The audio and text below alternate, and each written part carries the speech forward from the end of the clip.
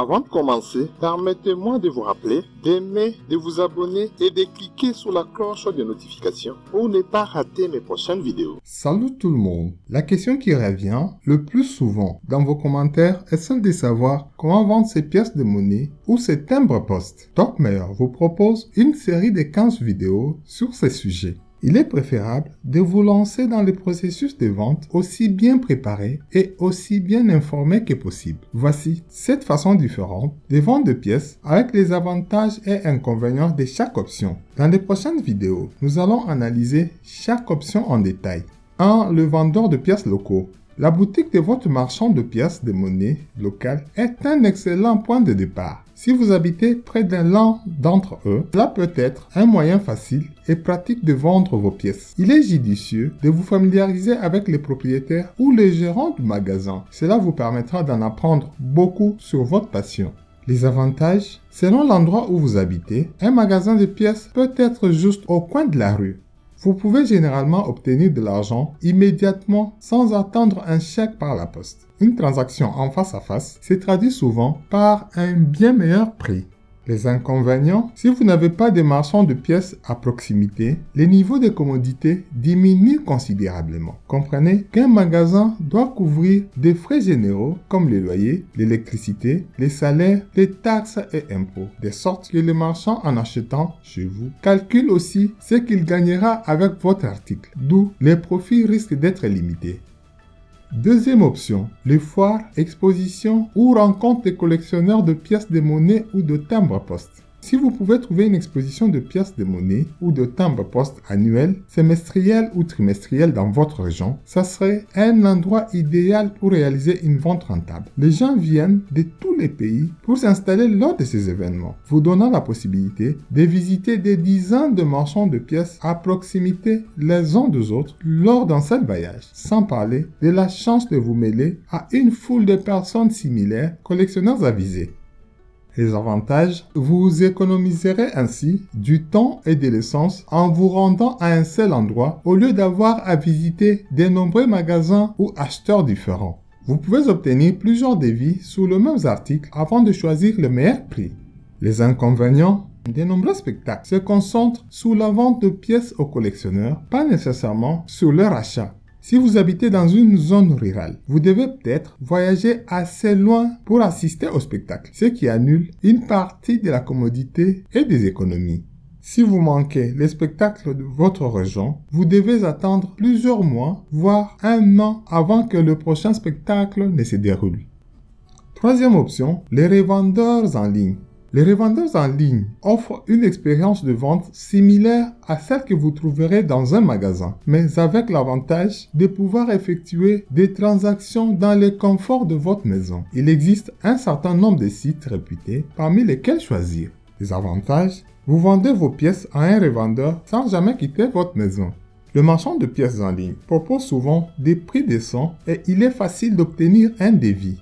Les inconvénients, selon les sites, il se peut que vous ne soyez pas payé instantanément. Vous devrez peut-être d'abord envoyer vos pièces au revendeur, ce qui signifie qu'il y a un risque de ne jamais être payé. Rien de plus pour vous assurer que vous avez affaire à un site réputé. Quatrième option, les sites d'enchères en ligne. Des sites web comme eBay permettent aux vendeurs de mettre en place une enchère au cours de laquelle les acheteurs enchérissent les uns contre les autres pour acheter des articles, comme s'ils le feraient lors d'une vente aux enchères en direct. Avantage, vous ouvrez vos ventes à un public beaucoup plus large que celui que vous trouverez dans n'importe quel événement ou magasin en personne. La compétitivité inhérente aux enchères peut faire monter les prix de votre marchandise, ce qui signifie que le potentiel est là pour des revenus beaucoup plus élevés. Les inconvénients, moins de concurrence, entraînera inévitablement une vente plus petite. Vous serez obligé de verser des frais de vente à eBay, ce qui peut réduire vos bénéfices. Et à ce niveau, gardez à l'esprit que vous devez expédier vos pièces à l'acheteur, alors soyez conscient des risques associés. Cinquième option, les petites annonces en ligne. Si vous préférez vendre vos pièces directement aux collectionneurs, il existe des moyens de supprimer les intermédiaires. L'une de ces voies consiste à publier une annonce sur un site des petites annonces en ligne comme Craigslist, eBay Classifieds ou Oodle. Avantage, Vous pouvez fixer votre prix et prendre votre temps pour chercher les bons acheteurs. En règle générale, les sites de petites annonces en ligne sont conviviaux et ne nécessitent pas une grande expertise technique.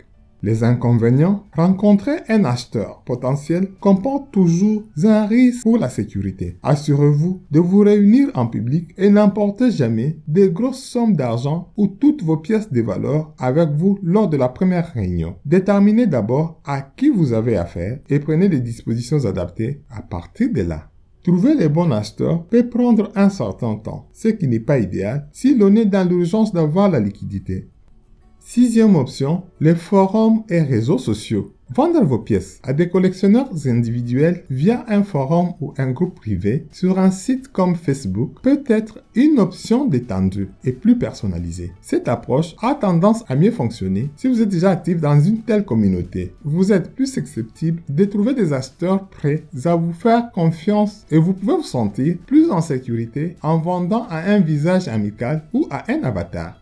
Des avantages: vous pourriez trouver des acheteurs dans votre région, ce qui vous aiderait à économiser sur le frais d'expédition. Vous pourrez probablement aussi traiter en espèces. Les inconvénients: si vous n'êtes pas déjà actif dans une communauté en ligne, vous n'aurez peut-être pas beaucoup de chance. Les utilisateurs de longue date peuvent vous considérer comme un intrus et ne pas répondre à vos messages. Le grand risque de tomber sur les arnaqueurs et les escrocs. D'où assurez-vous que vous avez affaire à des bonnes personnes, parce que dans ces cas, il n'y a souvent pas de voie de recours si vous ne recevez pas votre paiement pour ce type de transaction. Septième option, les fonderies et affineries. Enfin, n'oubliez pas que vous avez la possibilité de vendre directement à une fonderie ou une affinerie. Une telle vente éliminerait complètement d'intermédiaires et peut être une bonne option pour des pièces avec peu ou pas de valeur au-delà de celle du métal. Une fonderie cherchera à faire fondre vos articles, donc si vous avez un tas de pièces en vrac, c'est probablement la voie à suivre.